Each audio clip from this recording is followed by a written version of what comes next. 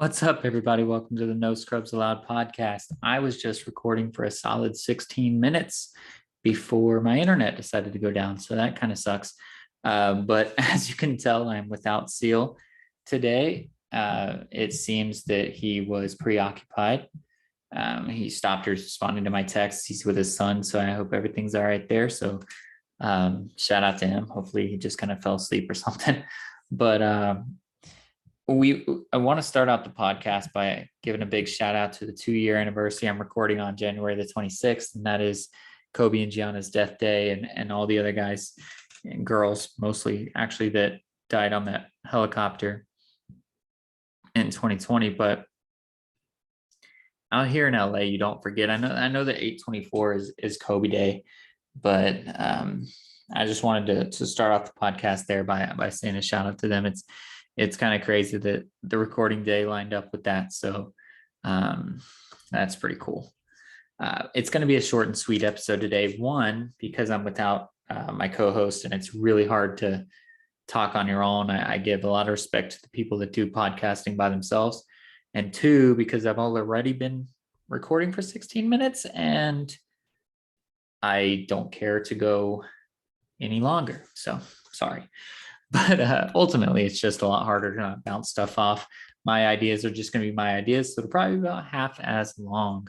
But I wanted to start out with the Australian Open because we said on the podcast, without Novak Djokovic there, it's Nadal's to lose. He's got to go get number 21, and he is well on his way. The semifinals will start tomorrow, Thursday, today, if you're listening.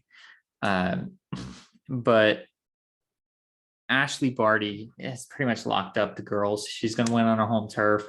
I'm excited about that. Listen, if one of the two Americans in the semifinals knock her off, I'd be super excited, but I don't see that happening. I think that Ashley Barty will run away with it and take an easy Australian. So that's really exciting for her. Shout out to her. Check out her games. She's really good.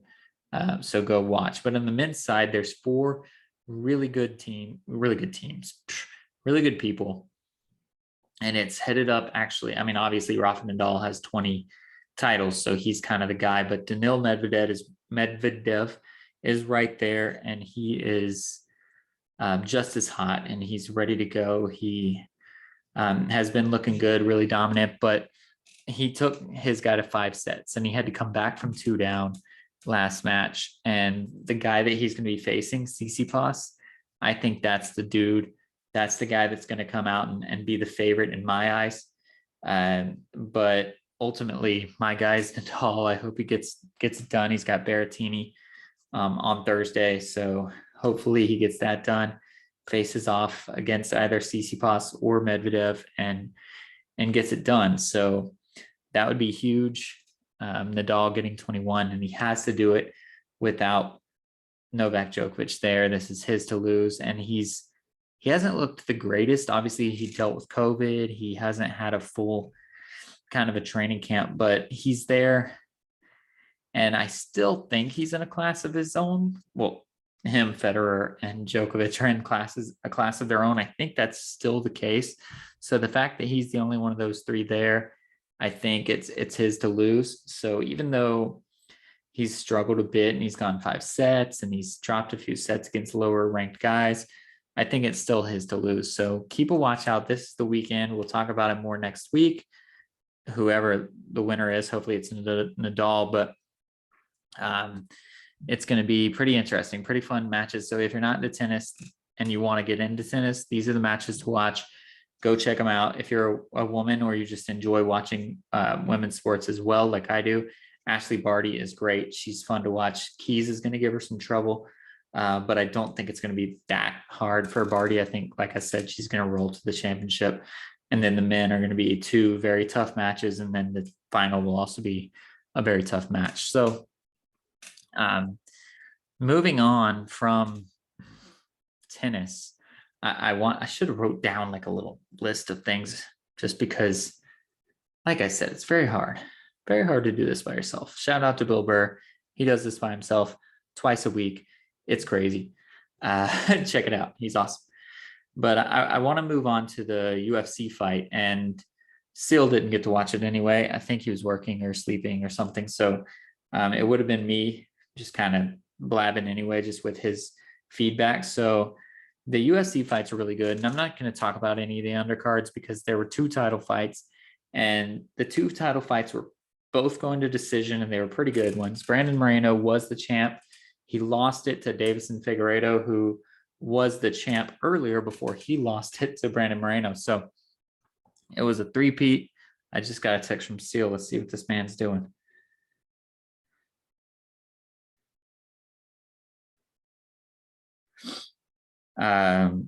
So he's trying to get on. And so Davidson Figueiredo went in and really was pumping it. It was weird because Brandon Moreno was doing a lot, but Figueiredo was doing a lot more. So that was not easy to follow. Moreno was doing a lot of volume. Davidson Figueiredo was doing more power, more strength, getting it done. His punches seemed to make more contact and more damage. So I think that's why the rest went with him. But then you get to the Ngannou versus Cyril Gane fight, and that was pretty amazing because Ngannou took it a different way. He wrestled. He lost the first 2 rounds, in my opinion, and all the judges but one, 2 points, the same way that Cyril Gane beat Derek Lewis. Stand back, don't get power punched, and just point this dude to the end of the earth. And he was going to do that. And Ngannou said, all right, that's not going to work. So he had to come in and he had to take this guy down. He had to do some other things. And I think he had 3 takedowns, maybe 4. His previous record was 1 in a fight. So it's a completely different world that he's living in. And so it's really exciting that he was able to do that. And it showed that he deserves to be the champ, but yet Dana White does not believe he should be the champ. It's really dumb, but Dana White, the president of the UFC, if you're not a follower, he always puts the belt on the new champ, whether it's the guy defending or whatever. But after a championship fight, Dana White's always the guy that puts the belt on the person. So I don't know that I can invite people. I hope I can. Seal's on his way. So he's always the guy that puts the belt on the person.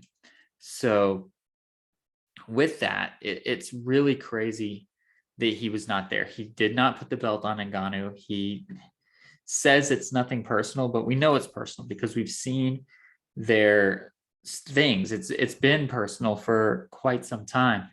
And so it's kind of weird that Dana White wants this man out of the UFC because he's so good. Ngannou is the man. Everybody wants to watch him. He's a one-punch man. He's crazy. He's a thing from comic books.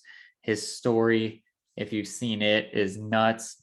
And now let's try to get Seal in. He should be able to talk about this as well. Hopefully it just keeps the same recording. That'd be really shitty if it didn't keep the same recording. I don't even know how to. Hopefully that worked. Yeah, it worked. All right. So I don't know why he doesn't want him in here, but Francis is more than happy to go to boxing. Let's wait for Seal and see what's going on. All right. I think it's still recording. So Seal is popping in and it still says recording. So hopefully it's going to be a seamless transition because I don't have any editing skills. But when he does get in, we'll ask his opinion on it. But yeah, so to force Francis Ngannou, who, by the way, fought with a torn MCL and a torn ACL. Seal, I can hear you. I cannot see your video yet, though. Woohoo! So Seal is here now, guys. Just so you know, Seal, the world was waiting for you because I recorded for probably 20 solid minutes and then my internet went down. So I had to completely cut it out and restart. And I've been recording for about 10 minutes now. So what's up, Seal? How you doing, buddy? Oh, man, I'd be doing a lot better if my fiance still loved me. I tell you what. It happens. I tell you what. So I'm just talking about the Ngannou fight, and I went through the whole fight already, but now it's kind of the part where Dana White didn't put the belt on this man. Dana White doesn't want anything to do with this guy.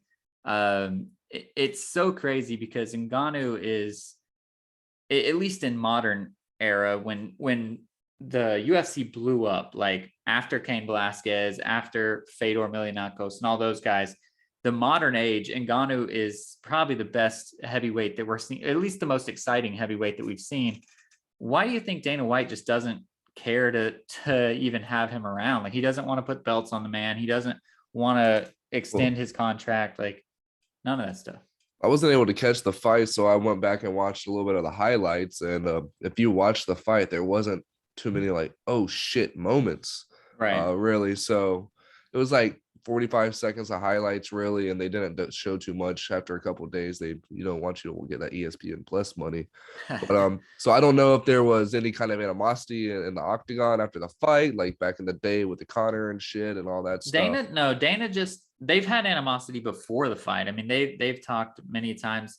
Ngannou calls out the contract practices of the UFC, and he says, like, which it's pretty much proven at this point, but he says it's not the champions, it's not the best fighters that make the money, it's the Conor McGregors that make the money, it's the guys that can sell the sport, which there's an argument to be had both ways, but the champion should at least make some sort of money. And it's frustrating that for Ngannou, at least, I'm not trying to speak for him, but it's frustrating to him that he is now a champion.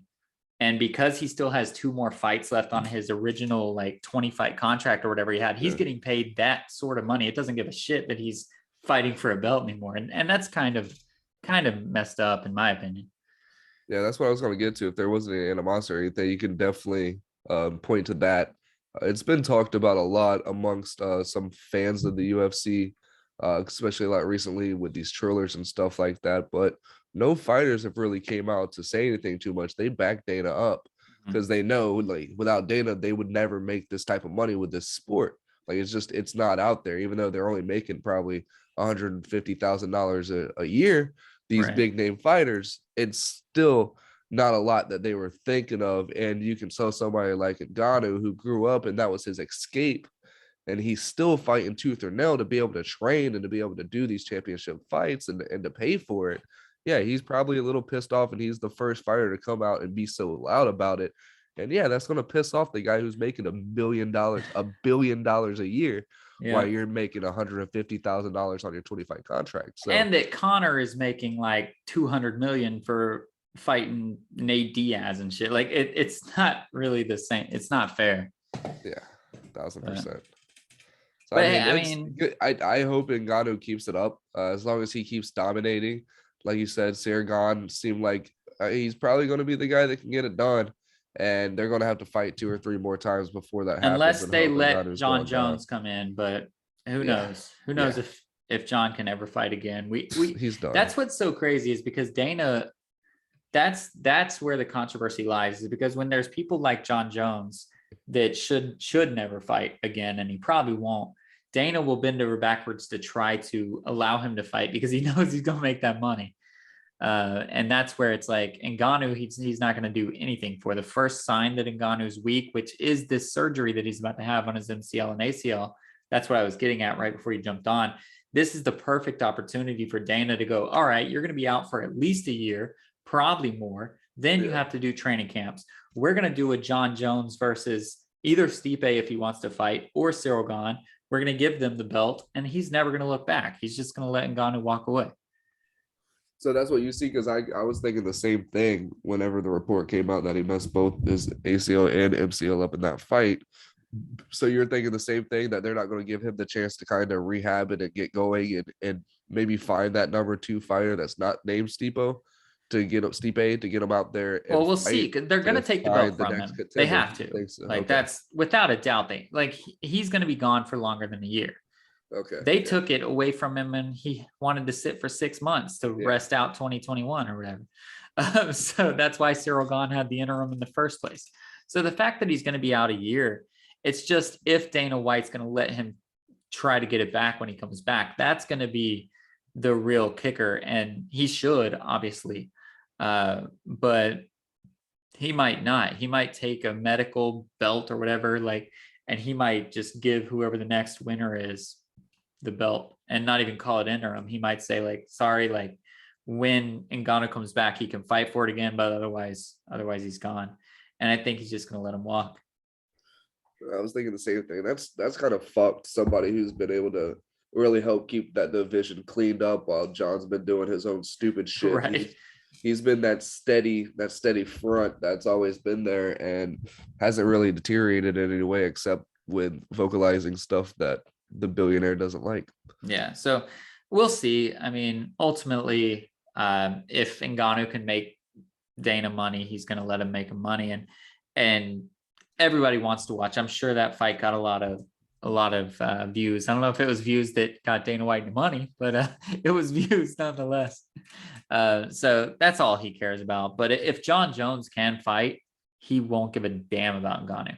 If it's Stipe versus Cyril Gane, he might be like, yo, we need Ngannou back. But if John Jones can get there, he doesn't care.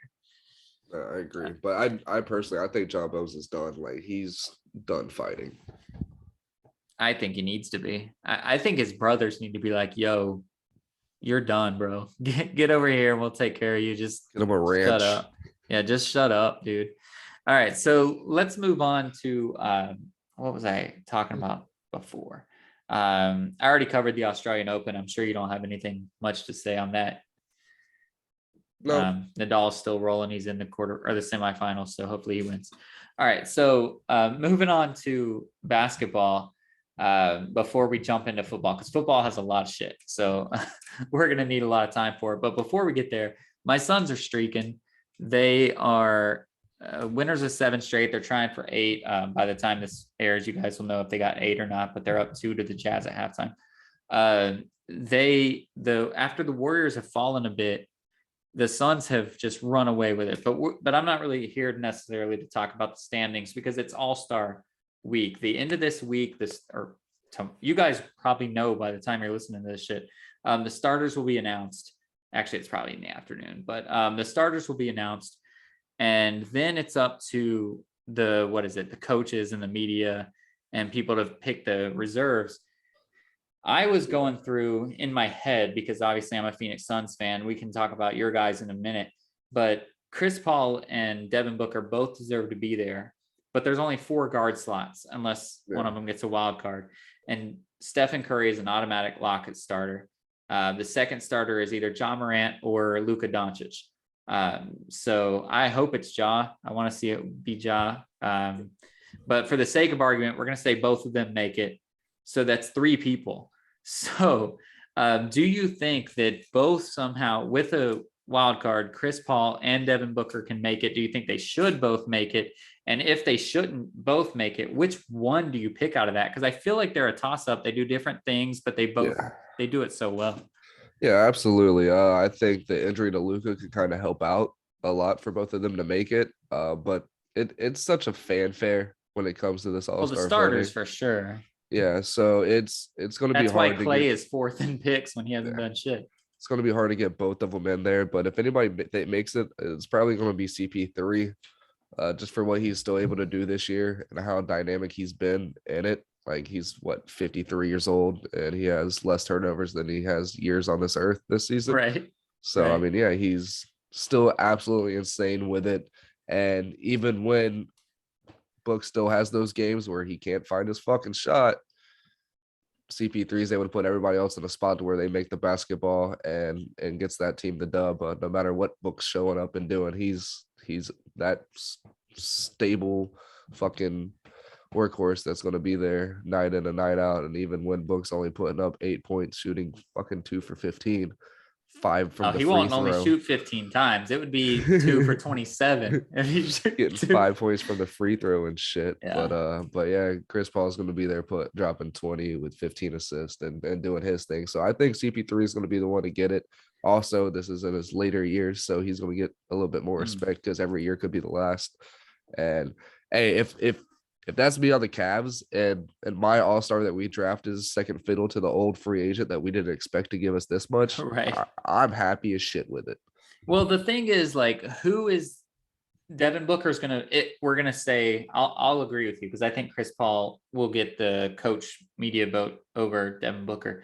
But then that last spot, the wild card slot, is going to be up for grabs because Devin Booker has played the most games. But then you have Klay Thompson, who came back from injury and hasn't done much, but he's getting a shit ton of votes. So they're going to consider him at least.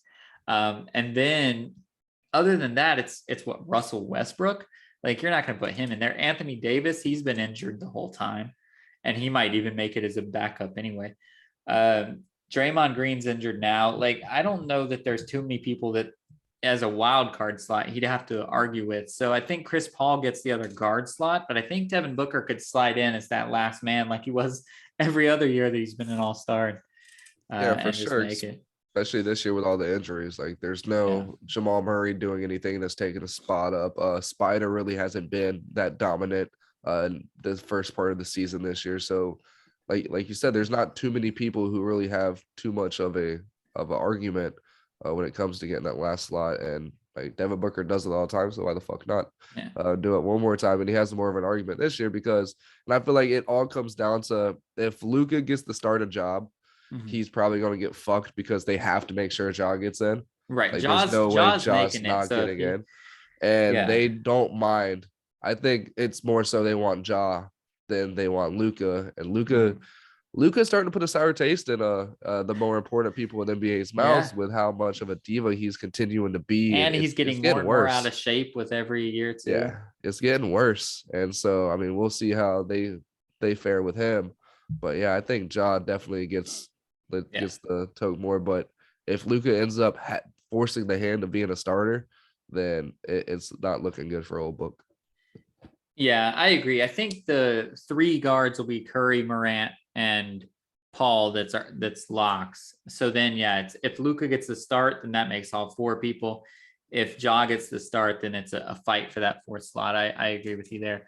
But before we move over to the East, is Andrew Wiggins really going to be a starter in the All-Star game? Like, is this going to happen? Or is Paul George, please jump him? Like, can he do that? Neither one of those are going to do it in the East. What? Well, no, they're in the West, bro. Yeah, you're talking. You said I East. said before we get to the East. Is Andrew Wiggins really going to be a star? He's third in the front court vote right now. I haven't seen the updates. Are you serious? Yeah, so it's LeBron, Jokic, and then Wiggins is just ahead. I mean, only like a few thousand ahead of Paul George. That shows you that the Warriors, they still have the bandwagon fans from back in the 15-16 days that are all across the country that come up whenever the Warriors. And Andrew Wiggins is having a hell of a year. Like, I'm not trying to knock him, but if you doing great. That's what I'm saying. If it was kind of like the Baseball Hall of Fame and it was a whole bunch of like bullshit honky people who mean nothing, like, I would kind of be pissed off. But since it's kind of fan voting right now, I understand it a little bit. Like, the fans can be kind of stupid and stuff like that. How the Baseball Hall of Fame Writers Association, whatever their fucking name is, they're morons. But yeah, no, I can understand it, but it's fans, so I kind of get it. He's having a great season. And in the West, like, who else are you going to put there? Like, well, George has to be the other guy, but then after that, it's Anthony Davis, who's played half the games for the team. As hell. Yeah. Carmelo comes off the bench. He's up there. Karl Anthony Towns is on like a 3-win team. So like, I don't know who it would be, honestly. And they put all them together, right? It's the 3s, 4s, and 5s are together. Yeah, so there's 2 guards and 3 front court players that start. And then the backups is 2 guards, 3 front court players. You have like LeBron, Joker. Yeah, those 2 are locks. And then it's that third guy that's going to be. Who else? Like, Nurkic isn't. Nurkic is dead, I think. I don't think he's even played. Isn't in the West, Towns would be the guy, but Minnesota's just suck. So bad. But does All-Star matter? Make Mobley an All-Star. Mobley could be an All-Star, but I think Jared Allen's getting all the votes for you guys, which we'll talk about in a second. But that's crazy. Jared Allen's your guy. So I agree. It's weird, but just so you guys know, if that happens, if Andrew Wiggins is a starter, he will be the 10th pick from whoever the captains are. He will. I don't even care if Curry is the captain. Wiggins will still be the 10th pick. You won't give a fuck. So let's move over to the East. And right now the East leaders That's are crazy. Hey, shout out to Wiggins, bro. yeah, shout out to Wiggins. He might get it. So the guards on the East right now are DeMar DeRozan and Trae Young, with Zach LaVine trailing Trae Young real close. He's right there. And in the front court is Kevin Durant, Giannis Antetokounmpo, and Joel Embiid. Has been that forever. That's not changing. That front court's a lock. But what's the chances, or how excited would you be? Not excited because you're not a Bulls fan, but if it's DeMar DeRozan and Zach LaVine starting the All-Star game as the Chicago backcourt, that'd be nuts, dude. Yeah, that would be crazy. And I can definitely see it happen. Ever since you talk shit on DeMar, he's really been going off. Yeah. And he came out last week saying he sees himself as the MVP this season so far. And he's swagging it out. And I could definitely see that happening. And if it doesn't happen, then somebody needs to get smacked in the mouth because they deserve it. They absolutely do. There's not too many. I don't think Trae Young deserves it. That's a little fanfare vote right there. Yeah. But no, they both deserve it way more than Trae Young does. Absolutely. The only other guy, in my opinion, and he's pretty low on the list, but the only other guy I would say deserves it is LaMelo Ball. But I don't know that he deserves it more than those two guys. But like, I think he deserves it more than Trae Young, honestly, in my personal opinion. But that's the only other one, and he's like a million behind those guys, so he's not gonna touch them. But yeah, he has a little bit of a, like, people vote against him just because of his last name and his dad and all that stuff. So he's going to get in there. It would be awesome if Darius was able to sneak up in there, but that's not going to happen. So Darius is 9th out of the guards, which is way too low. He's not going to make it. But then you have, flipping on the other side, of Jared Allen. He's 6th out of the front court, which is a backup position right now. Now, obviously, the backups are not predicted by the voters. So just because he's 6th doesn't make him in the top 6. But the voters would have to take that into consideration. And this man has really helped swing your game. Obviously, Evan Mobley as a draft pick has been huge, but Jared Allen has stepped up huge. This man is such a stud. I've always liked Jared Allen. You've always liked Jared Allen. Even when he was on the Nets, I used to draft him in my fantasy drafts for my 2K games. The man can play, and he's starting to put together an offensive skill set too, because he used to just be defensive rebound, but now he's an all-around guy. I love him. Yeah, he's definitely been the centerpiece for our team. And it's crazy. The games when he's not in and Kevin Love's in, and it seems like Kevin Love's doing all these crazy things, we're not able to separate away from teams like you are when Jared Allen's in there, because our board separation isn't plus 10, plus 12. Like, we're usually losing the board battle when he's not in. And that's the biggest thing, him able to get 10, 15 rebounds every single game, put up 20, and be able to put up 3 or 4 assists. Like, he's able to do it all for us and keep up that big man fast pace going in this new day and age where you don't have to wait on the big men to come down the court. Him and Mobley are one of the first 2 people coming up. That's funny. 2 people coming up. And yeah, it's definitely changed our game a lot. I saw an article today. It's time to start looking at the Cavs as finals favorites, and I don't think anything like that. But hey, I mean, Jared you guys Allen did walk away definitely from the Bucks tonight like it wasn't a thing. Man, I hate that we do not have this Hard Rock app, because I saw it and I had a feeling.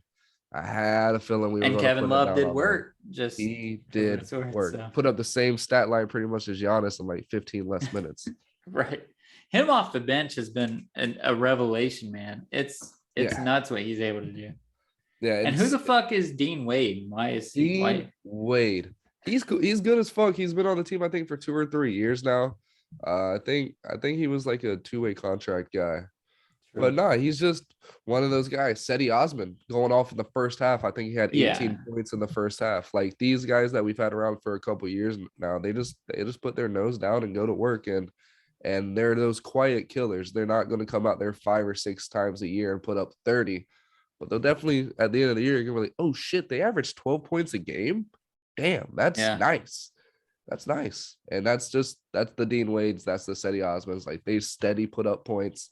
And not even that, the impactful stuff, the picks, the rubs, they're not scared to do any of that shit.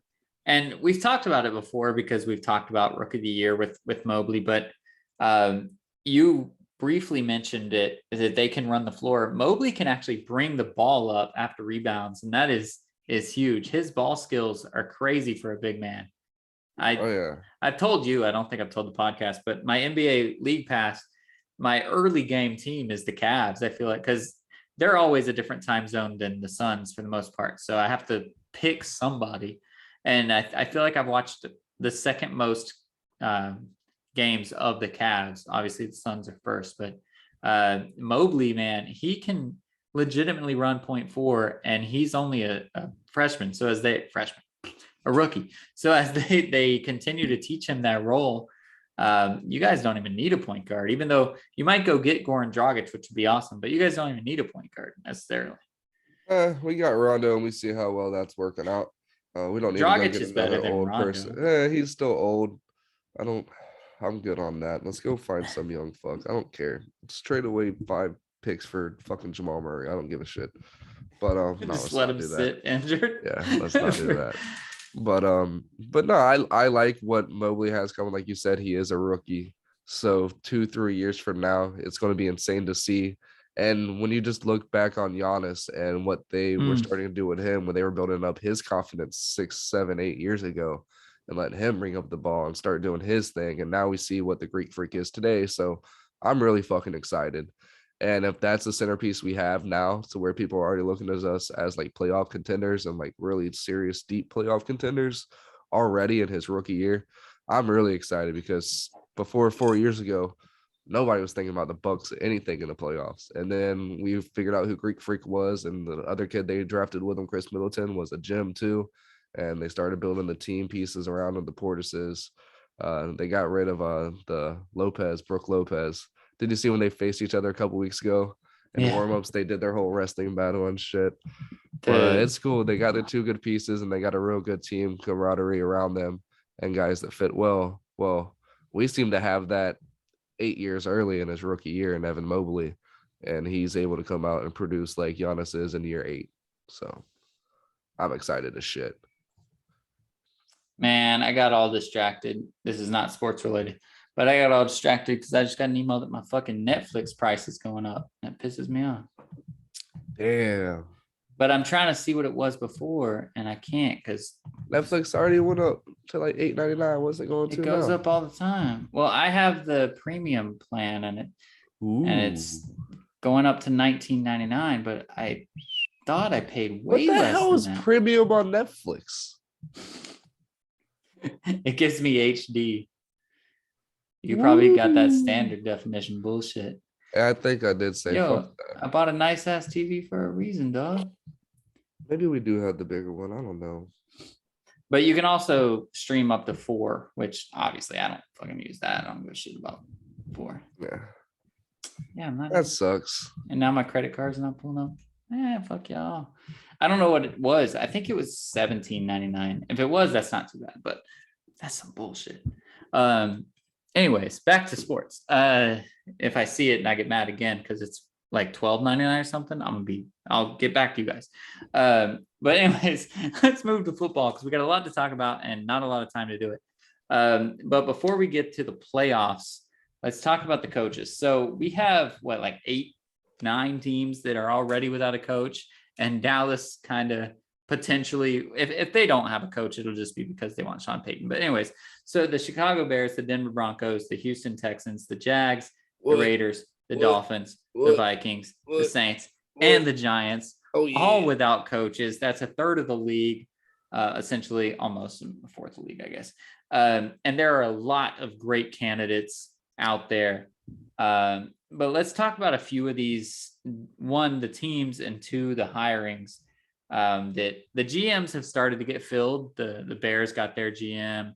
The Giants got their GM, I think. So we have our GM. Well, yeah. So those guys are starting to come together. So first off, obviously you're a Jags fan, but separate yourself for a minute.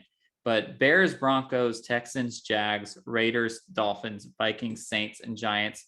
Which coaching opportunity, if you were a head coach, would you hope wanted to hire you out of those 9? Never the Saints. The Saints would be last pick. All right. Saints are. Listen, I tell you. Listen, I want you to, because you're in the money, right? You do business. You take care of people's money. I do. I want you to run my account, right? I need you to run my account. It's $71 million in debt. Would you do it? Hell I no. mean, You're hell yeah. If you 71 want to million pay me to in do debt. it, shit, I'll do anybody's money. But would your company take on No, my 71 million? you have to be a what Exactly. we call a high-end investor. No dumbass is going to take on 71 million in debt willingly. Like, Right. what are you going to do for me? You're going to win me a championship? All right. But you got And Jameis, you got a as a potential coach, receiver, you don't maybe. know, but you don't know who you have. You don't know what you That's have. true. You don't know what Yeah, you have. maybe you do have Jameis because he's only making like $2 million. You might be able to have Taysom because he's making like 12. But you don't know what you have after next year when they reconstruct everybody's shit and release all these players. Because 2 years ago, remember, they were dropping everybody. Latavius Murray's gone. They were just letting everybody go besides Ingram was gone a Drew long time Brees and ago. Michael Thomas. Those were the only two So it went people up that from pretty much survived. 17.99 to 19.99. Not too bad. All All right. right. All right. That's not too bad at all. But so that's probably the last pick. I'd say the Bears. The Bears would probably be The Bears are the better. So landing who's their spot. quarterback though? That's the Justin only question Fields. because they have who's their quarterback though? So Justin Fields, Andy Dalton. But yeah, that's the biggest thing. But you got to think this is a team that's 2-3 years removed from being a 13-3 team with Mitch Trubisky. This is a team with Khalil Mack. yeah, This the is a defense team, is stacked. The running back is good. and they have a really good young core on offense. They have David Montgomery. They have, I forget the freaking little receiver's name. If they can trade away Allen Robinson and get a good piece and draft picks to put on that offense, that's a pretty damn good team. You just have to hope Justin Fields can turn into the guy, or And they just go and got the draft his GM replacement. or a GM that was a guy from the Chiefs. So Yeah, hopefully that he was knows how to up. build a team. He was up above. He was doing all kinds of shit. He Right. was overseeing So hopefully everything. he So knows how to hopefully, build a team yeah, correctly. yeah. So All right. that's probably the better destination in my eyes. Just I because think the Broncos, and for the same reasons that you said for the Bears, but I would say them for the Broncos. The only reason I think the Broncos would suck is because John Elway has proved nothing in his business acumen. But the team, just looking at the team on the field, I think they're just as good. But to your point, the Bears are going to be in an easier division once Aaron Rodgers walks away. So that'll be helpful. All right, so let's look at a few of the vacancies, and we're going to place some people that we're pretty confident. It's not, obviously nobody's been hired yet, but there are some confidence things and reasons that we can be confident. Not because we necessarily have inside scoop, but we kind of do. So I want to start out with the Broncos, and the Broncos, in my opinion, and this could change real quick if Aaron Rodgers changes his mind, but they want Nathaniel Hackett, right? Because if Aaron Rodgers is his friend, obviously he's the Packers offensive coordinator. So if Aaron Rodgers actually likes him, which is a big if, because we've seen what Aaron Rodgers has said about his people, but the Broncos can afford Aaron Rodgers and they can afford Devontae Adams. So if they can then get the offensive coordinator from the Packers, I mean, I think that's a wrap. I think he's going to be a finalist like that. Dan Quinn is going to be a finalist everywhere, but I think Nathaniel Hackett's going to be a finalist like that. And then they're going to talk to Rodgers, and it might be a package deal. All three of them come, and it's a wrap. What do you think about that? I don't think Hackett goes to be a head coach right now. He's not a finalist in too many destinations. I think there's only one or two places that he's gotten a second interview. And I believe one of them is the Bears, where they're expecting Dan Quinn, I think, that I saw today. Well, so Dan Quinn's a finalist everywhere, literally everywhere, I think. So. Yeah, I believe so too. But I wouldn't be surprised if I see Dan Quinn and the Bears. But I don't think Hackett, I don't think he's gonna do it. He had a chance whenever he left us to go to well, I think we released him, but whenever he left us to go be the offensive coordinator for A-Raj, that he had chances to go be a head coach. And I really believe he's going to be an instrumental piece in getting Aaron Rodgers to stay. I think Matt LaFleur is going to sit down with him and let him know, because he's comfortable in that offense. They were really dudded this year at the end of the season with it, but they were very injured. Bakhtiari came in for the last week a little bit and didn't see him again. Yeah, it was very weird. They were working with like their third string like tackles, and they even had a center that was pretty much lining up everywhere they could fill him in. and I forget his name, but he got shot out a lot this year by Aaron Rodgers. But yeah, I definitely think Hackett's going to stay another year, and I think they're going to say let's run it again, and him and Devontae are going to do a 1 year. I think Aaron Rodgers will sign a 1 year contract. Well, Aaron Rodgers franchise is tag under contract. Oh, he is still. So they have to either trade him or release him. Okay. And take the cap hit. So if he stayed, they'd just franchise tag Adams. I think Devontae would get franchise and it's tag. what, like a $20 million franchise tag? Yeah, that's a nice You think one. he'd take that? I mean, I guess so. He has to. He doesn't have to. He can not sign it. Oh, true. Yeah. Oh, yeah, that Chris Jones scenario. If you don't sign it, though, it's more work. It's bad for you. Like most of the time, you're going to get less money. So yeah, but yeah, no, I don't think Hackett's going anywhere. I think he's going to stay, and they're going to run it back 1 more year, and because they were devastated after that loss. You don't get devastated not making it to a championship again, and they're a prideful bunch over there, and they have a lot to prove. And any other head coach besides Matt LaFleur, I think he'd be gone. But he really likes him, and he really likes that coaching staff on the offensive side. So it would take a lot of last year's talking, I guess, the way they were talking last year, and it didn't kind of work out, and he almost left. It would take a lot of it like that, but it seems like they put a Band-Aid on it throughout the year. See, if Hackett, I see it the other way. Hackett's gone. If Hackett goes and talks to Adams and says, yo, I'm about to get a job at the Broncos. If you agree to come, we'll figure out how to get Aaron. And then they go, all right, bet, let's go. And then all three of them show up in Denver with that defense and just roll out. But they haven't been together that long, Hackett and them two. No, Hackett hasn't. But I think Rodgers likes him. 2 years. Yeah. I think he's a fan. So we'll see. Yeah, he gets a lot of touchdowns in his offense. Yeah. He doesn't have to hand it off ever. Even if he has to give it to Aaron Jones, it's for the screen so that he gets some stats too. Yeah. The next one is the Texans. And I think, depending on Texans ownership, which is really up in the air, we've known that for a long time. But Brian Flores has to be the guy, right? Like, he was the guy that wanted to trade for Deshaun Watson already in Miami. And that's really why they fired him. If he can say, like, listen, guys, bring Watson back. He's under contract in a way. Let me talk to him. Let me do some things. Brian Flores has to be the guy for Houston, in my opinion.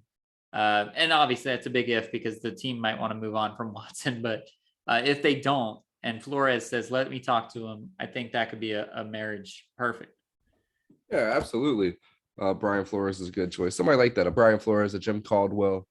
But I forget what team Jim Caldwell was. He was the Bears. Well, he got interviewed by the Bears. Okay. But oh, damn, that's actually my Dan Quinn thing. But Dan Quinn's gonna go somewhere. I would like to see Brian Flores in Houston.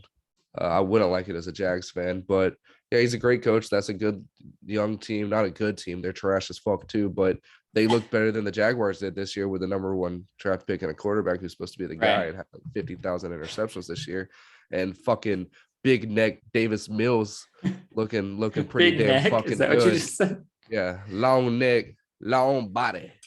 Davis Mills. He was a better rookie than Trevor Lawrence. Damn right he was. And they fired that little guru of a dude. Right. And I forget his name, Dork McGee. But yeah, I wouldn't mind seeing Brian Flores, but I think Deshaun's done in Houston. Okay. I don't think there's a way that anybody can come back and talk to him, or they'll be able to fix anything.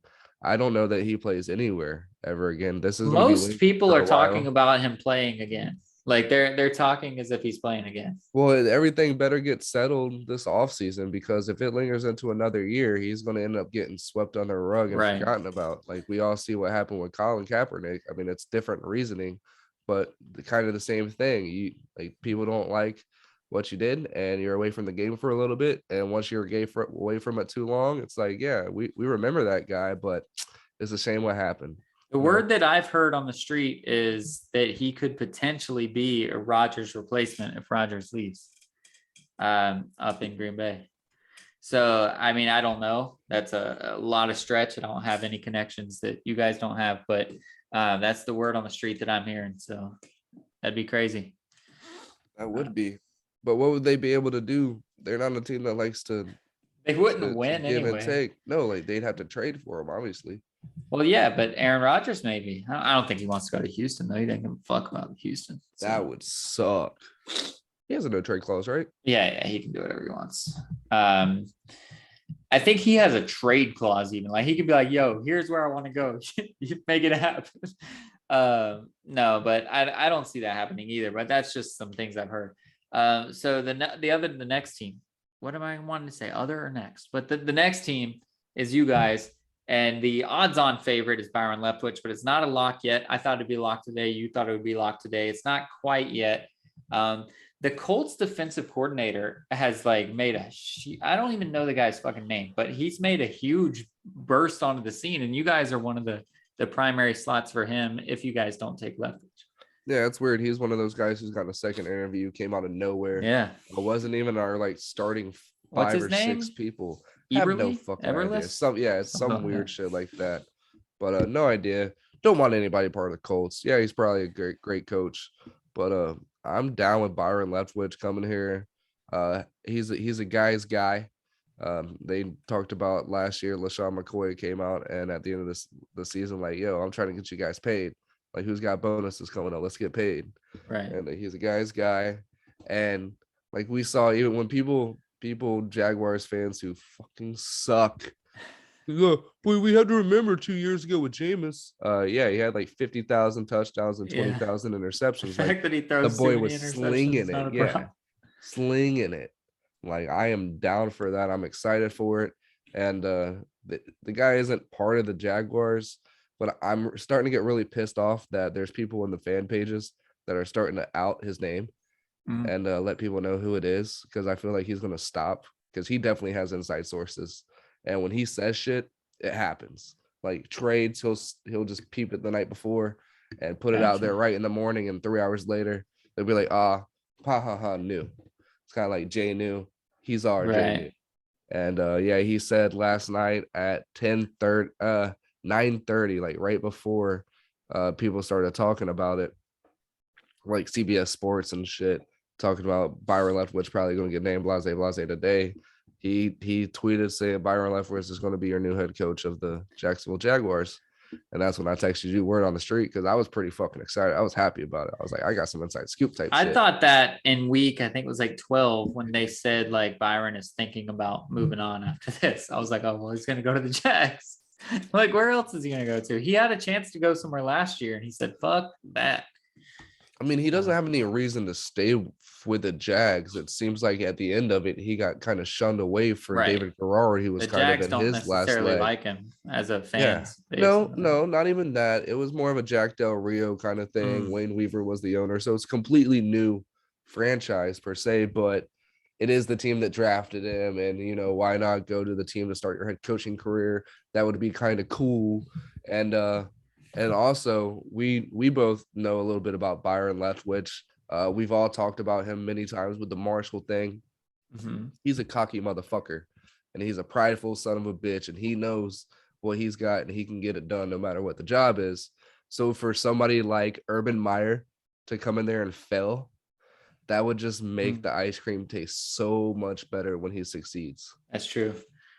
That's true. And like we saw him at Marshall. We know about the drive where he's getting carried and shit. And like he's that dude. And like you said, the incentive thing is huge for players. Like to be a player coach, Gronk got his incentive. A lot of guys, AB would have gotten his, but we saw that every time. But no, he cares about those things. And like obviously he wants to win, but you can also see just in the X's and O's, the adjustments that he made. We haven't talked about the playoffs yet, but our loss to the Rams, we had shit all the first half, and he made those adjustments. He knows what to do. He's the guy. Bruce Arians is giving him the reins, and he's shown what he can do. Bruce Arians was pissed last year that he didn't get enough interviews, but I think it was because of him. I think he said he wanted to kind of stay and do that. But Arians is like, listen, this is a done deal. He needs to go somewhere. So I think he's gone as well. And I think he's going to go to you guys. The next spot, I think this one's the biggest lock. I don't know why I didn't start with this. But the Las Vegas Raiders, they have to interview some more people just because they have to. But Gerard Mayo, which I guess they don't have to because isn't he minority? But Gerard Mayo, I think, is a lock for the Raiders. I think he's going to go there. I think they're going to interview a couple of other guys just to be fair because they have to interview their guy, which I don't know if they've even done that yet, but they're going to interview their interim coach. He was some other guys. I liked him too, but I think Gerard Mayo is a lock. It's weird because nobody else is really talking about him being the head coach except the Vegas Raiders. I think they already know it's a lock. I think he's there by maybe the end of this week. Yeah, and it's also weird. Like he's not really getting too much consideration in too many other places at the same time. That's what I'm saying. A lot of these guys are getting passed around in interviews to different teams and stuff. But yeah, that's just one of those guys, kind of like Kyle Shanahan back in the day, where that was the Niners guy and everybody else was kind of looking at him all weird and shit. And now they're like, look at us now. And that's that would probably be, besides the Bears, I think the Raiders would probably be the best coaching fit right now for a team. That team's set up for fucking success right now. Just need a couple more pieces in that secondary and shit. And man, that boy Zay Jones, dude. He's a beast. He is a beast. And it still amazes me every time he gets up with his calf muscle. It's absolutely insane. But yeah, that team is definitely set up for success. And I hope they keep their interim coach on. He's an offensive guy, so if they're able to keep him on the offensive side, that'd be just great. Put him right back in his old position. Yeah, just let him do his thing. Yeah, and Derek Carr loves him. Everybody on that team loves the guy. But yeah, I agree. Mayo's there. It's gonna be a lot of mayonnaise in Vegas. Yes, sir. And the last one I want to talk about, not because I care at all about the team, but because I think our other guy's going to go, Todd Bowles. I think we're losing everybody because I think we're going to lose Leftwich to you guys. I think we're losing Todd Bowles to the Vikings, which is the team we're about to talk about. And so then because of that, I think we're about to lose Arians. And Gronk is on his way out. He half said it today, but he's done. And Brady's going to see the writing on the wall. He's going to blame his family, and he's going to go on his way. But when we go 4-13 next year, whatever the hell it is, you're going to be like, oh, that's why Brady left, not because Giselle wanted him to. Giselle wanted him to back in 2010. You saw how that worked out. I saw a report yesterday saying that if you guys would have won this year, went back to back, he probably would have walked it off after that. Yeah, but he's going to walk it off anyway. Like that's what I'm saying. Like the team is going downhill. Like, I don't want to spend too much time on this because we've gone too long and this is a story for the off season, but the writing is on the wall. We're going to go downhill. We signed everybody back for a 1-year deal. That's what we did. Pretty much everybody except Mike Evans is signed for a 1-year deal. We're losing all of our coaching staff, and he's going to lose his best friend in Gronk. The writing's on the wall to go down and start rebuilding. Luckily, the NFC South is still going to suck. So we'll talk about that in the offseason. And I think I'm still excited, but it's going to be a different routine. But the Vikings, I think they get Todd Bowles. Nobody, I believe, has done a second interview for the Vikings yet. So it's still up in the air. There's like 8 or 9 candidates. But the way that the Vikings ownership group is, they love defensive guys. They love to do this. And I think Todd Bowles could be the guy. And I'd be excited to see him go there and go with my boy Kirk. Yeah, that'd be awesome. That'd be a nice fit. And the way that defense is set up, it kind of reminds you of a little bit of what they were trying to do up there in New York when he was there, when they were drafting those big defensive linemen. Right. They kind of got the same setup over there and really vetted linebackers that he'll be able to expose with his defense. And yeah, that's a great fit. And I'd be happy with that. I think they'd be happy with it, especially if Green Bay's about to lose Aaron Rodgers. Right. That's a place that's kind of set up for success as well next year, as long as they get the right coach in there and get the right scheme and going and hopefully get Kirk going. He actually had a good 9 games this year where he did good instead of just 3 or 4. Yeah. Where you like that Kirk. He's starting to string it together. And who knows, by the time he's 35, he might hit this kind of old man second win and Matt Stafford start really producing, because he's not far off. How old is he? Like 31, 32 now? He's starting to get up there. I think him and Tannehill are around the same draft year. So he's starting to get up there, dude. That's crazy. I've always liked Kirk. I'll always love Kirk. I watched him at Michigan State. I'm his boy. Biggest fan probably, except his family. So let's move on to the actual games because we are running pretty long. Well, real quick. Yeah. Do you Bohemi? The enemy? The enemy, whatever it is. Giants, maybe? I don't fucking know. I don't think No, he goes but anywhere. no, but that's what I'm saying. He's not really up for discussion again. He's not getting any interviews. He's got a Is there a couple. reason for that? Like, do you think he just likes staying with the Chiefs? It's never came out. Nobody's ever talked about it. Nobody's ever said that. I think he wants to roll and just take off Andy Reid whenever he can, because that would be the best case scenario, right? Like Andy Reid walks into the sunset and you get to take over Mahomes and Hill and Kelsey and all those guys. So I think he's just got a vibe, because he was the Arkansas guy forever, right? And he kept leaving and coming back. Was that him? I'm pretty sure, yeah. And so, like, I don't think people think he's fully committed. So I think he's just going to ride the coattails of Andy Reid and then eventually take over. But he's getting these first interviews and then he's never getting second interviews. And so there's got to be something there that he's doing. Well, yeah, I think he stays. I've seen in like Facebook threads in the comment section that like he's had like trouble in the past or some shit. I have no idea about that. But yeah, it's just it every year in my mind, he's definitely has to be a lead candidate for what he's able to do. And his mind is so creative. Like you would want that as a head coach. Like have because it's not college. You have an offensive coordinator come in, you have a defensive coordinator come in, but to have that as just the overall looker and to be able to put that input in to any offense that comes in, that has to be a fucking a want and a need for 90% of the NFL. And like you already talked about, 28% of the NFL is up for a head coaching job this year. And this I think he's trying his best to just like be the that in Jacksonville with what we have, and Dan Arnold and Trevor Lawrence and James Robinson and Travis Etienne and fucking Laviska Shenault and fucking Tip. Oh, nope, not him. And nope, not him. And not really anybody else, but we got some guys that could really benefit from that 5-yard and yak offense. Yeah. No, I think he just wants to be Andy Reid's successor, and he's going to ride it out as long as he can until Reid tells him, yo, go get a job, bro. But we'll see. Now let's talk about how we sucked in last week's pickings. So I went from 4-4 in the wild card round to 1-4. And the one game that I got right was the one I was the most nervous about. And that was the 49ers game. So you were one also, right? You won. You got the Bengals. The Bengals, right? Bengals over the Titans. So it was crazy because every game, all 4 games, ended regulation with a field goal. 3 of the 4 games was a win. The 4th game was to force overtime. Yeah. So all 4 of them ended regulation with a field goal, which is all 4 nuts. ended with a walk-off. A walk-off field goal, yeah. Nutser. So let's just rewind. Let's not waste too much time because we're already at the hour, but let's just rewind and do I slept so long. First. I started without you way early and then had to fucking record. Electricity. Yeah, it worked out for you.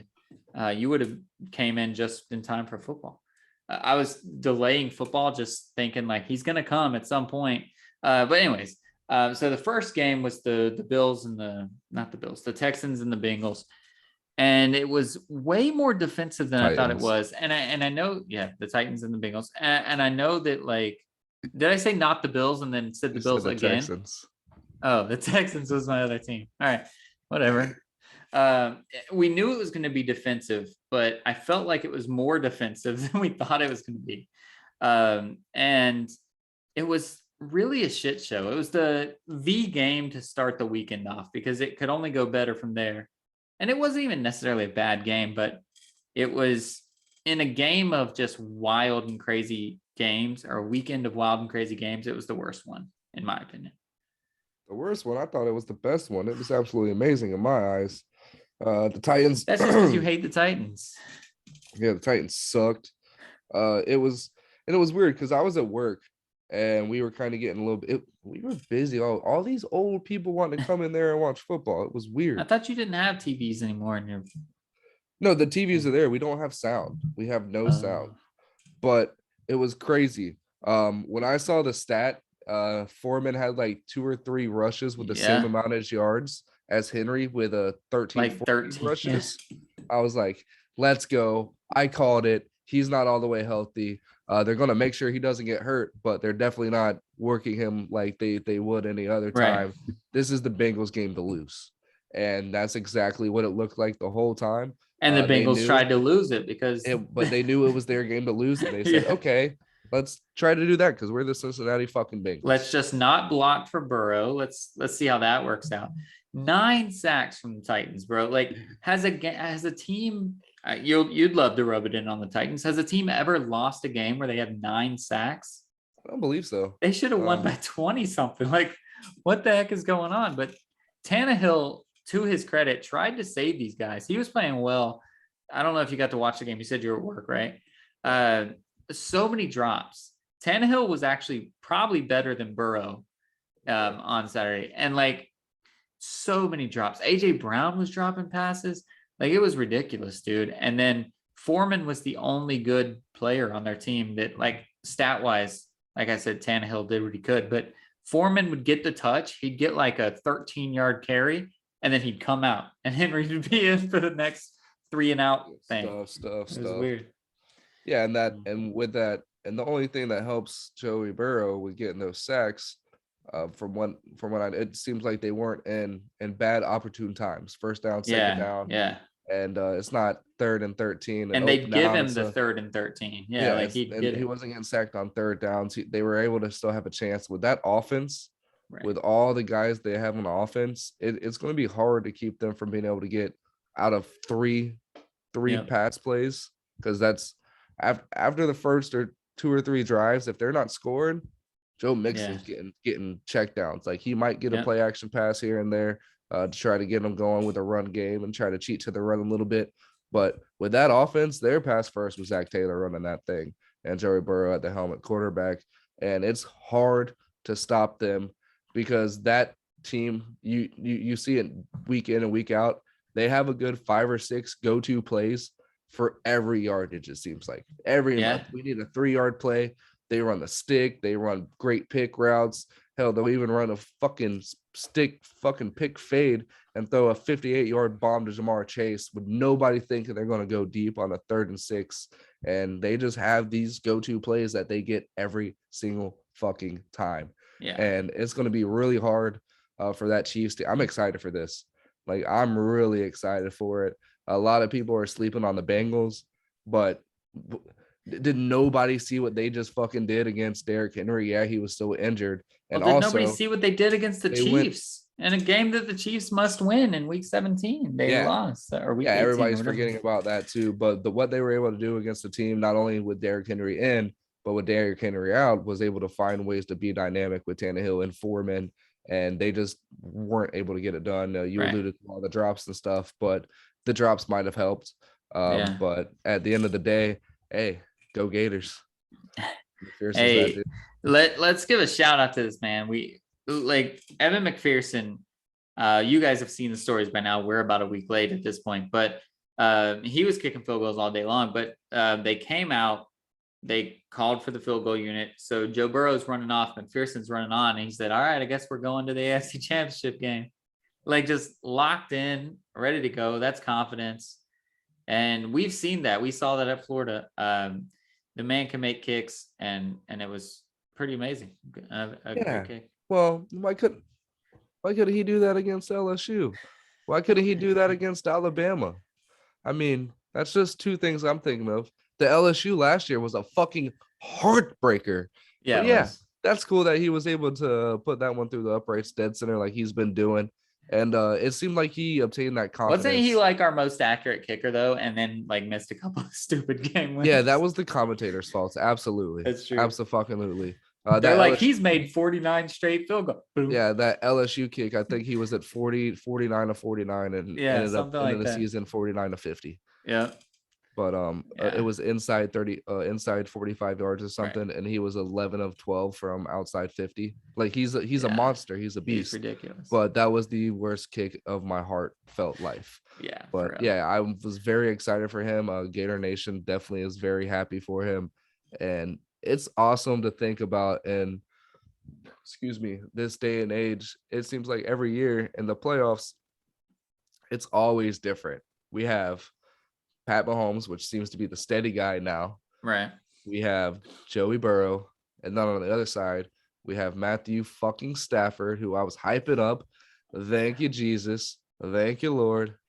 And then we have another guy over there who I don't know.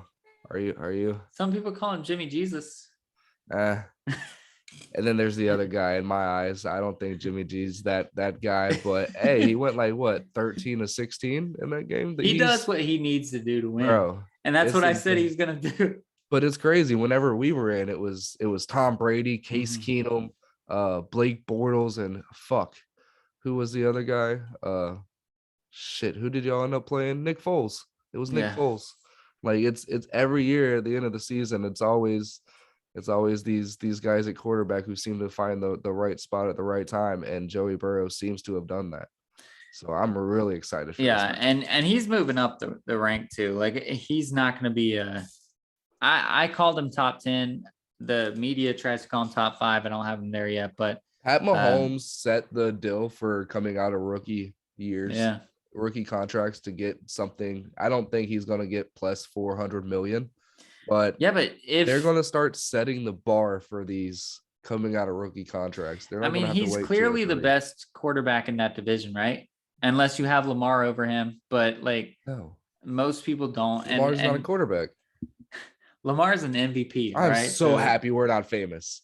I am so happy we're not famous. I would be getting ragged 2 weeks in a row. Lamar's an MVP. That's all I got to say. You can put your position on him all you want, but Lamar's an MVP. But Joe Burrow could be better in that sense. And that's not even a slight on Lamar. You're sliding Lamar. I'm not. But Joe Burrow could legitimately be the best in that division. Lamar's never had 3 great receivers on his team at any given moment either. It's true. Like it's partially Lamar because he's such a good runner, but it's also partially John Harbaugh because all he'll use Lamar for is running. But that's a story for a different day. So moving on, Saturday night, the other number 1 seed got to play. And this was my game that I got right. So we both fucked up Sunday. But the 49ers, I stood by my guns and I said, if they're going to do it. I called them 2 weeks ago. I said they're going to beat the Cowboys and then beat the Packers. And then I had to stand by my guns. And that was the shittiest game.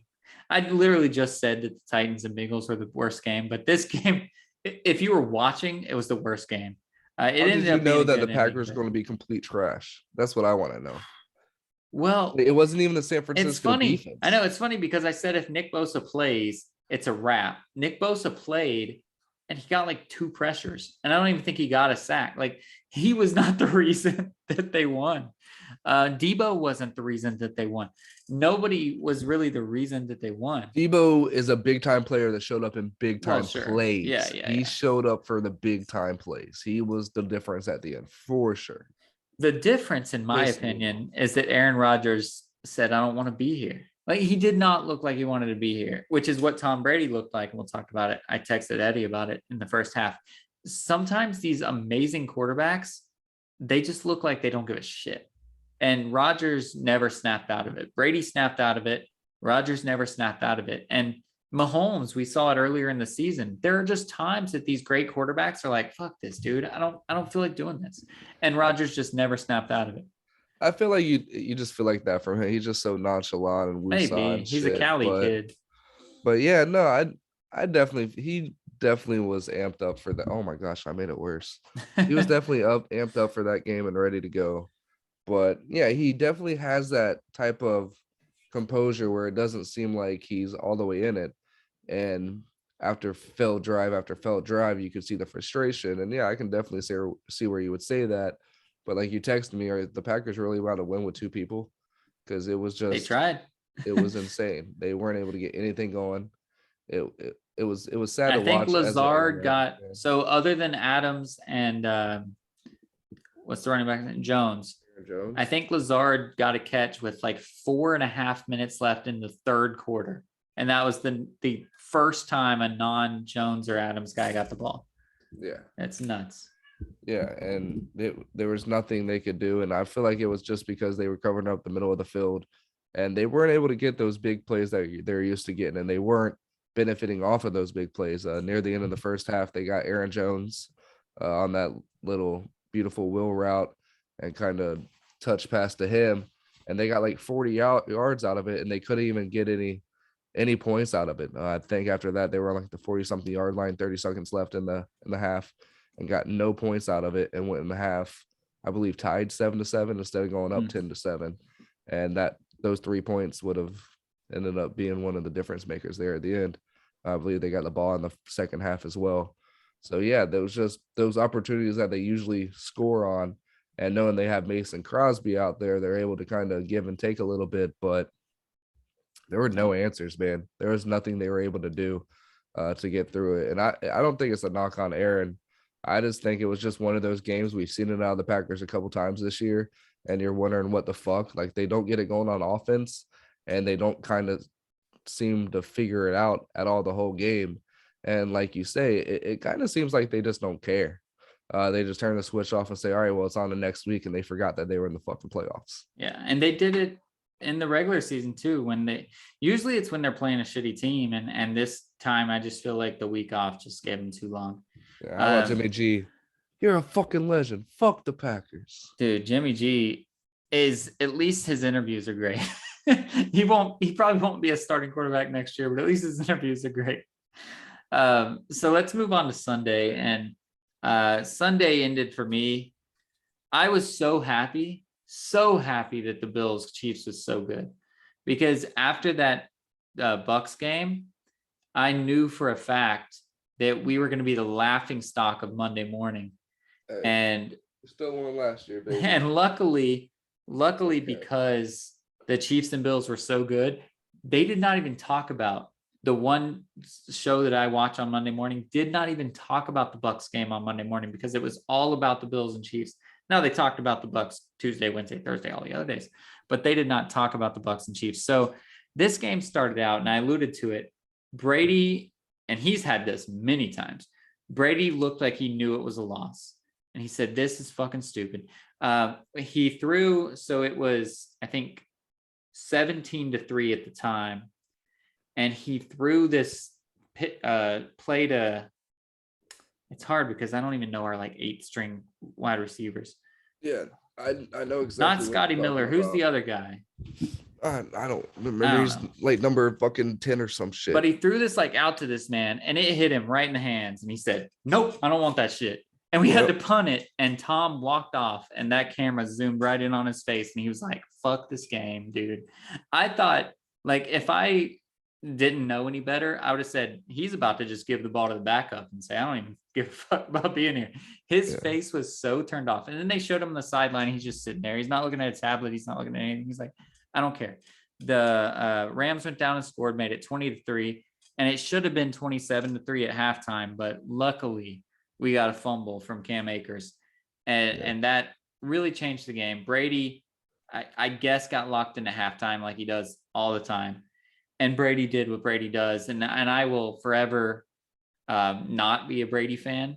Brady got us the Super Bowl, so I'm happy about that, but I've been on record many times over to say I'm not a huge Brady fan. But he did what he does, and our defense decided to just say, like, oh, Brady's going to do Brady things. We don't have to worry anymore. And they gave up at the end. Did you see all the post-game stuff with that, where like Bruce Arians said it was an all-out blitz and they didn't blitz and all that stuff? No. So apparently, which this is stupid. I don't know why you'd call an all-out blitz, Todd Bowles, but they called an all-out blitz, but Devin White and Levante David did not blitz. They just stood there. And so the problem with that, if you know anything about football, if you're just a casual viewer, it's not as obvious. But when you call an all-out blitz, you're expecting to have no safeties, right? You have no help on the receivers.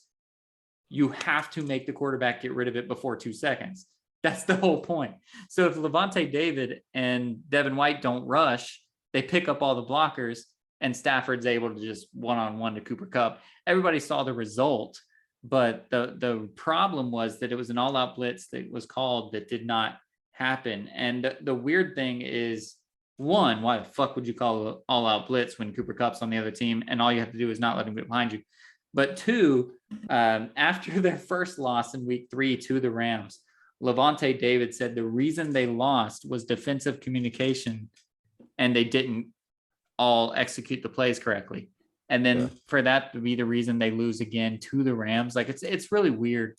But yeah, that's bullshit on all levels. First of all, whatever play is called, it has to be communicated. It has to get out. But zooming out from that, why would you call an all-out blitz? Like there's two options that are going to happen. You're going to go to overtime or Cooper Kupp is going to beat you. Those are the two options. So why is there not a safety standing on the 35-yard line saying, I'm not letting this ball get past me? Yeah, I have no idea. That's for Bruce to come out and say that means that he like heard it, signed off on it, didn't try to say anything. He's like, all right, that's a good play call. That's crazy. And maybe that's having confidence in your safeties to be able to cover Cooper at that point in time. But yeah, for Matt to be able to step up in the pocket and give Cooper time to break out from that sucks. And I'm about to sneeze. Oh, only two. Wow, that's awesome. Normally, so to Whitehead's credit, so everybody saw Whitehead get smoked by Cooper Kupp. But if you are the safety in that situation, you don't expect the deep man to be able to get the ball because the quarterback should be sacked at that moment. Like you're expecting a lob, if anything. So Whitehead was on that side. That sucks. So but, that's just, it's crazy.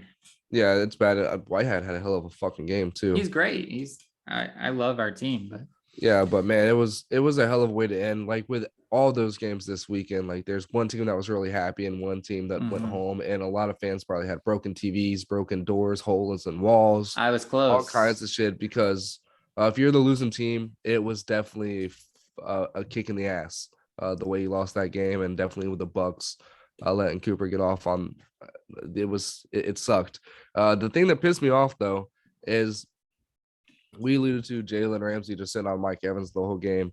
He kind of did a little bit in the first half, but he was giving 10 to 12 yards every single time.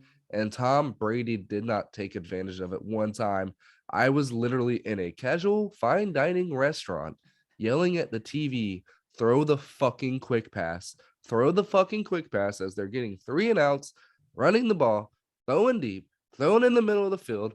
Throw a fucking quick pass, Mike Evans, for the love of fucking God. Let him go one-on-one and get 8 yards and keep doing that until they press up and then go deep to one of your other fucking speedsters. Yeah. For the love of fucking God, can you do that? Did you notice that? And were you just as pissed off as I was?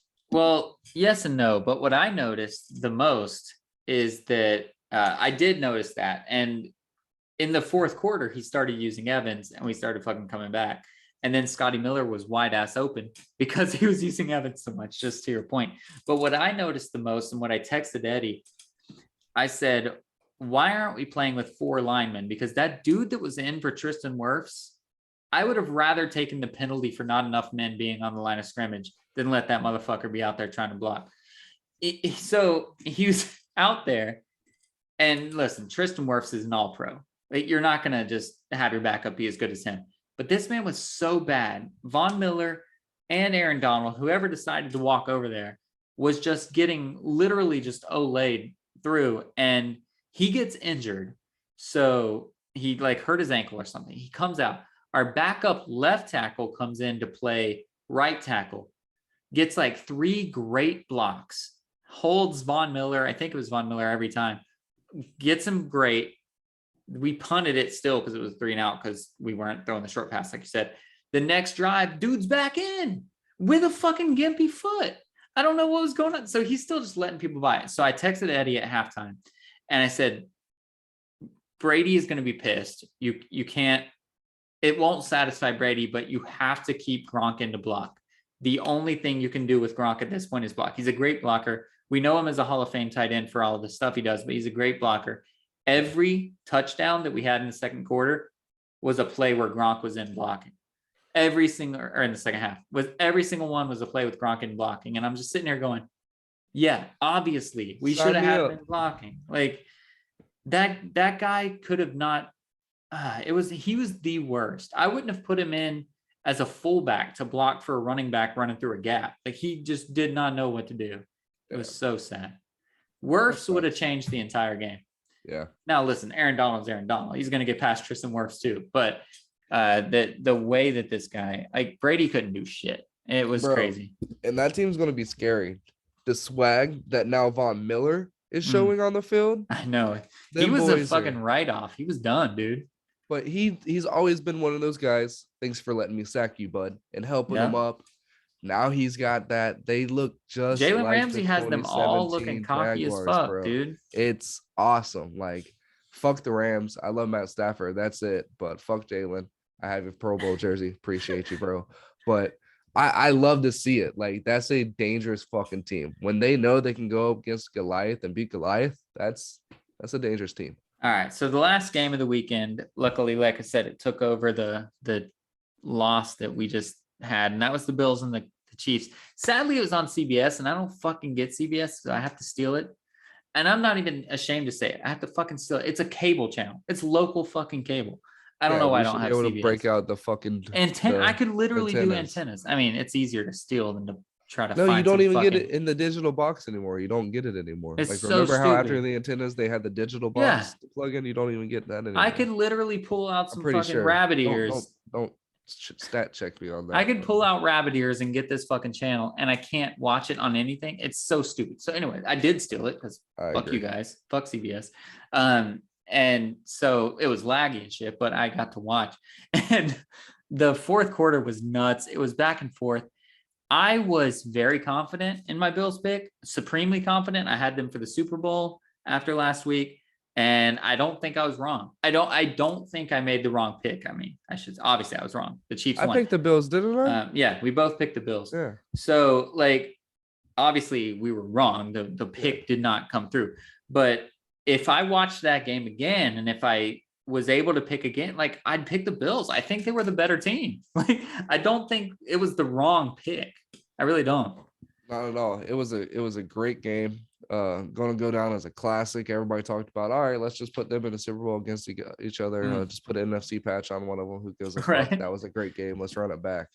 But yeah, if I had to put money down 10 times, I'm picking them 10 times out of 10. Yeah. I don't care if you want to definitionally call me psycho. Right. That's fine with me. I'll be insane. It's totally fine with me. I will do the same thing over and over and get the same fucking result. That's fine. Too. But I believe it's going to be different. And that team is scary as fuck. Yeah. They have Stephon on his contract already. So he's going to be pretty much, and he's got a great wide receiver contract. So they're pretty good with him. Their defense isn't too young. Their offense isn't really young. They're going to have to pay Josh Allen, but they're pretty much set up to go on a run for the next 4 or 5 years before they get into New Orleans Saints territory and become monetarily fucked. But yeah, that's Gabe Davis. Let's give a shout out, my man. Yes, we did make a post about him. We're going to try to start making our own original post at one point in time, but hey, sharing Sports Centers and making post a shout out isn't bad either. But yeah, 4 touchdowns, like 200 yards. Yeah, it was insane. You could definitely tell that he was healthy, and he is probably going to end up being one of Josh Allen's favorite picks, since Stephon Diggs is so remarkable, and teams have to get up on him. And Dawson Knox, you have to forget about one person, and hey, why not be a UCF alum? That was fucking amazing to watch. It was crazy. And like, everybody talks about Josh Allen as that guy. Have you ever, in my recent memory, I don't have someone like this. The throws he was making, the sheer strength and power that this dude has. Dude, yeah. I've never seen that. It's Mahomes incredible. Throws a bomb. I've never seen what Josh Allen can do. It's incredible. Lamar, sometimes whenever he just flicks the wrist, he'll just sit there and just kind of like casually flick it, and it's a 53. Russell Wilson has that. Like there's a couple. But even with Russell, you can tell he spreads his legs out and he kind of goes in a little bit into it. He looks like a baseball pitcher kind of. But Lamar, he's fucking a yard and like hips aligning with his feet and just kind of just flicks that bitch, and it's a 50+ yards in air pass, and you're like, what the fuck? But the shit's Josh able to do on his back foot, on his left foot, this base across the body, 35-yard fucking rope. This kid. There's is no monster. Arc on his ball. This kid is a monster. Frozen rope, bro. There was one to Dawson when he saw him late. Fucking off angle as fuck, just like straight over top, and it just literally right over, just a frozen rope over the secondary's hands and right in the high point to Dawson. I'm like, yo, and he just knows. He knows what trajectory he needs, and he's very confident in his arm strength, and it's ridiculous, bro. It's absolutely insane. So we both were very wrong about Pat Mahomes. We both said Pat Mahomes would be a bad quarterback, but we both said Josh Allen would be a great quarterback, and everybody wanted to dog this man. So I think we're going to take one win. We're 50-50 on that one. I'm down. Man, that was a great game. Obviously, that's going to be the Brady Manning for the next however many years they decide to do it. One of the AFC Championship is going to go through one of these two places for the foreseeable future. Yeah. And that's really exciting. Obviously, it's exciting to me because it's in the AFC and not the NFC. But just as a casual viewer, it's pretty exciting because I physically wouldn't want to go through Arrowhead or Buffalo. But that it's cool to see. It's going to go through there, one of those every year for the next, I would legitimately say like 6 or 7 years. They're going to be a 1 and 2 seed most of the time. It's going to go through there. So yeah, for me being in the AFC, being a Jaguars fan, I'm very excited that it's not fucking New England and Pittsburgh. So true. I'm true. cool with that. It's not teams that I hate. It's teams that I like. They're not really. They're smaller markets. Kansas City has a fucking huge fan base, so I don't know if you can really call them a smaller market because all 150,000 fans pay. Well, the thing is, they're a small market, but the next closest team is 3,000 miles away, so everybody has to come there. Yeah, and they're literally in 2 states at the same fucking time. Yep. Like I talk to my buddy all the time who's from Missouri, Kansas City, Missouri. Right. And which is where the stadium is. Yeah, I talk to them all the time. I'm like, yo, they don't even fuck with y'all. They just built the stadium over there because it was cheaper because y'all are bums, bro. It's Kansas City, Kansas football team, okay? Get out of here, bro. But they get Nebraska, they get Kansas, they get Missouri, they get that whole range. So even though the city itself is a small market, they get the 20 people that live in that state all get to come, and it's pretty crazy. That's what I'm saying. All 100,000 collectively from all 3 states. Yeah. They spend all their money on all 5 offensive players. Can you imagine what he's going to do when he doesn't have these speedsters and shit? That's what I'm looking forward to with Pat Mahomes. What is he going to do when he has to actually be a quarterback and sit in the pocket and do all these things? But hey, as long as they keep putting these players out that he can deal with, and Andy Reid keeps beating out Father Time and doesn't have to retire in 5 years. Because do you remember Philadelphia 12, Andy Reid, dude? Like, he was not this guy. Yeah, he was okay. I mean, Donovan McNabb was great, but could you imagine what him and T.O. would have been able to do? Man, it's insane. Don't make me hate Donovan McNabb. I love Donovan McNabb. Don't make me think it was his fault. So, anyways, it's Andy Reid's fault. He was not enough for the offense that they had the guys there back in the day. I forget their little slot. Was it Westbrook? Well, they had Westbrook. They had Westbrook, but wasn't that young ass Deshaun Jackson was there? Yeah, Deshaun Jackson was there. Been crazy. T.O. was there for a little bit. Donovan, Westbrook, like I said, like that was a squad, dude. Their defense was good too. Like that's nuts. That'd have been crazy. Nuts. But all right, they never won, right? Because they made it to the Super Bowl and they lost to the Patriots. They went to the NFC Championship 4 straight years, and then finally won one and then lost to the Patriots, right? Yeah, no, the Steelers, I think. The Steelers? The Jerome Bettis Steelers, I think. Mm-hmm. Oh no, that was the Seahawks. Another bird that lost back in the Cardinals lost this too. It's a lot of birds. There's a lot of birds. We watched that. We watched the Steelers Seahawks Super Bowl at the Kazuski's house. I remember because my dad took me to the Brave spring training game and this was right when I would think I was like 14, 13 because this is right when I became a Boston Red Sox fan. And no, never mind. No, I had been arrested, but my dad took me to a Braves spring training game, and it was a surprise, and it was the Braves, and I was pissed off because I had all my Red Sox gear on because we were going to a baseball game, and I'm like, Dad. And where they play spring training, so I was like, what are you doing? Yeah, I didn't know at that time. No, Wide World Sports, they play down here. Oh, or no, they play in like Fort Myers or some shit. Like over in Tampa area, right? Yeah. That area in the Gulf. Yeah, but I was excited as shit, and it was a Braves game, but I was kind of pissed off. So to make up for it, he bought me a Super Bowl T-shirt, and I showed up, and y'all were all like, "Hey, that's a nice T-shirt you got on there," and I felt all cool and shit. But yeah, We watched that Nice. Super Bowl Yeah, I at remember the that. Kaczynski's house. Yeah. I don't remember your shirt, but I remember watching the Super Bowl at the Kazu's house. All right, so is that when we stayed up and watched Napoleon Dynamite for the first time? Yep. Yeah, that was Yep. good times. All right, so And then Seth got offended by one of the jokes, Seth and Josh, and we were all like, dude, calm down, guys. Yep. It's okay. It can that happen happened a lot sometimes. though. So if you guys have stuck around with us this long, then you deserve predictions. Thank you. We love you. Thanks, Canadian fans. I think that's the only country we still have. Go Canada. We got Joe. Dude, Canada rocks out, bro. Like they are gonna be I need to do some 2021 awards, but I'm pretty sure Canada was the highest listening country, which is weird because we're in America. And we don't talk about hockey. Canada does work. So good on whoever's up there listening in Canada. Nice. We got a nice little fan base. But so let's make our two predictions.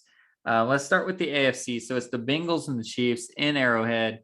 I truly like, it's weird because I don't normally like the LeBrons, the Tom Brady's, those guys, but I like these Chiefs. I like the Chiefs team. I like watching them play. I like watching them win. Who do you have? I'll do the NFC first. So who do you have for the AFC? Bengals. I have the Bengals. They just find a way to get it done. And like you already alluded to, 4 weeks ago, they found a way to get it done against that team. And they're another week better. They have another week of practice. And that team's just really fucking good. And can Jamar Chase put up another like 220 on these kids though? Like, are they eventually going to defend? And if he can, they've shown that T. Higgins can, Tyler Boyd can. Like their whole offense is clicking now. And they have everybody rolling. CJ Uzama. Look at me going with the weird fucking names tonight. But he's showing that he can be productive every fucking week. It's not just 3 or 4 weeks and then take 5 weeks off and then get it. No, he's in the game plan throughout the week. They've grown and gained confidence in him and his ability to get the ball down the field. He's a good safety valve for sure. Yeah. And I'm excited for that. And Joe Mixon is really starting to heat up and look like old school Joe. Yeah. I wish you were right. I hope you're right. But right. I have learned not to bet against Pat Mahomes. I bet against him in the draft and I was wrong. You can bet against them. The only time you bet against Pat Mahomes is in the regular season against the spread. That's it. That's true. Yeah, they don't beat the spread. But I expect them to win this game. And I think it's going to be, it won't be as good as the Bills game, but I think it's going to come down to another one of those finishes where it's like, did they leave Pat Mahomes with too much time? I think he might have a minute 40 or so and need some points. And he's going to go down and get some points. And they're just going to, it's Pat Mahomes. You got to take the ball out of his hands to win. And I don't know that Joe Burrow has learned that yet. He's still too young to know that. Like it's the great quarterbacks. Josh Allen clearly didn't quite know it, but those are the guys that Peyton Manning's, when Drew Brees was there, Rodgers sometimes does it. Tom Brady does it, not only scoring, but scoring with no time on the clock. And I don't know that Joe Burrow's there yet. He's going to leave too much time for Mahomes. Everybody in Cincinnati is going to be cheering, and then Mahomes is going to do his thing again. That's what I think is going to happen. Yeah. So the NFC, man, this is sad. But the NFC is a three-peat, whatever you call them. The 49ers are heading to LA, and we saw this in week 18, and it was all 49ers fans. So I don't know if you've seen any, I don't know if it's gotten to outside of LA, but the SoFi Stadium is not allowing San Francisco fans to buy tickets. Now, obviously resale is going to happen, whatever.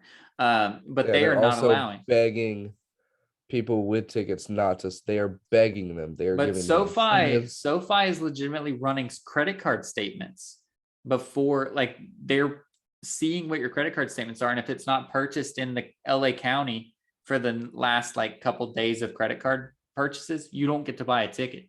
Like SoFi is being real. They're like, fuck this. We're not letting you. But Ticketmaster's going to let them. SeatGeek's going to let them, blah, blah, blah. But yeah, they're begging people not to. The players are begging people not to. Ex-players are begging people not. Like, it's crazy. I hear it on the radio fucking 24/7. It's annoying. Like, I'm not even buying a ticket. I don't have $1,000 to spend, so I don't care. Don't talk to me. But I think it's not going to work. I mean, these 49ers fans are going to buy tickets, and they're richer than LA people. That's what I'm going to say. They're spending the 15, 20, exactly 2,000. Like these Rams fans, they're a fickle bunch. They're the type of people. It's hard. They're so new. It's been 6 years? No, it hasn't. Yeah, but they're also not real fans either. So the ones that have them, they're gonna feel like they're shitting on San Francisco fans by charging them 8 times the price of the actual ticket. Yeah, they're gonna think they're getting a 1-up. Exactly. Yeah, and that's what I'm saying. Like LA's a fickle bunch. They're gonna do that, thinking they're shitting on them, and they're also gonna. I shouldn't say this part. They're gonna go and buy some Modelo's and throw some new fucking shocks into their little skirt. That doesn't happen as much, but the Modelo's still do. Modelo's are prime hop LA. on the Modelo's and sit there and tailgate outside of the stadium and watch the game instead of going inside the stadium now. And then they're gonna say like, hey, let's go look at the camera after the game and look at those 2 fucking dumbasses that bought our tickets. Well, and there will be a concert at the Forum, so like they're gonna walk across the street. They're gonna tailgate and then they're gonna walk across the street and watch fucking Too Tall or somebody. There's probably gonna be a big ass screen for them to watch it on. No, there's probably a concert at the Forum. I can guarantee you, and they're gonna be there. Yeah, there's probably a big ass screen there too, like a watch party type shit. Maybe. But no, I still think, despite all that, I think the Rams are gonna win. I just think they're too strong. You cannot stop Cooper Kupp. We've seen it. We've seen it many times. You can't do it. And the reason you can't do it is because there's other players on the fucking team, and they're all pretty good. If Cam Akers gets to play, no, I gotta sneeze. If Cam Akers gets to play without fumbling, he fumbled twice, but they need him, so they have to let him keep playing. But I think the Rams are too strong, but it's going to be close. The 49ers have beat these dudes like 6 times in a row, so it's going to be 50-50 on the crowd, maybe even more towards San Francisco, but I just think LA is not going to let this go to waste. Stafford, bro, you talked about it last week, but this man wants to win. This man wants to prove himself. He's finally in the playoffs and he's doing it. And so I think the Rams are moving on. And he's not shy. Like he's fired the fuck up. He's talking to that team like he's been on that team for 10 years. Yeah. Like he don't give a shit. He wants to win. He knows what he has. He knows opportunity. He also knows he's going to be there for quite a while too, but he doesn't want to miss it. He doesn't know what this Ram team is going to look like in 2 or 3 years. Like they've already been in trouble 2 years ago. And it looks like they're probably going to get back in there with the defense they have and all these guys that they're getting. So, yeah, he wants to get the shit done now. He wants to get a Super Bowl ring, and he's fired up. But I hope to God the 49ers win. Like, I really do. I really do. The Bengals team who's going to win and end up in the Super Bowl, I think will fare a lot better against that 49ers team. Dude, there was 9 sacks by the Titans. If they're facing the Aaron Donald and crew, that's they what I'm saying. Not even show up. They face a lot better against the 49ers, so I hope they win. But, yeah, I agree with you. I think the Rams are going to win. It's going to be a slop fest. But this is NFC Championship. Matt Stafford's never seen. This isn't them in the regular season. This is going to be a completely different animal that we've literally never seen before. This is a fucking unicorn coming out. Matt Stafford NFC Championship game. Yeah. Never Sean McVay and this defense made it to a Super Bowl with Jared Goff. Yeah. Now they had Todd Gurley somewhat. He never ran in the Super Bowl for whatever reason. This offense put up 56 points on the Chiefs. But and yet he only scored like 3 against the Patriots in the Super Bowl. But like we'll see. But yeah, I think the Rams are too good. All right, so you got a couple options for how you want to get out of here. So I started the podcast with Kobe Bryant's 2-year anniversary. But we obviously have gone an hour and a half now without talking about David Ortiz making it in the Hall. So I'm going to leave you to outro this thing however you see fit. Yeah, let's talk about both these guys, huh? Where is he? There's Big Poppy up here smiling. There's that guy. So we know that Travis here had to start the podcast without me. Well, it's because at first I was laying down with Junior and just laying there. Well, I woke up to him in bed and me laying on the couch because I'm a bum. Kobe and David Ortiz would never let that happen. They don't fall asleep on couches with their kids. If they do, it's after a long ass day. And guess what? They're going to feel ashamed of themselves and they're going to get up and go practice and go hit the gym after that, not sit on their ass for an hour and a half talking on a podcast. They're not bums. Don't be like me. Don't be like Brandon Darrell Seal. Be like David Ortiz. Be like Kobe Bryant. Be a stud, not a scrub.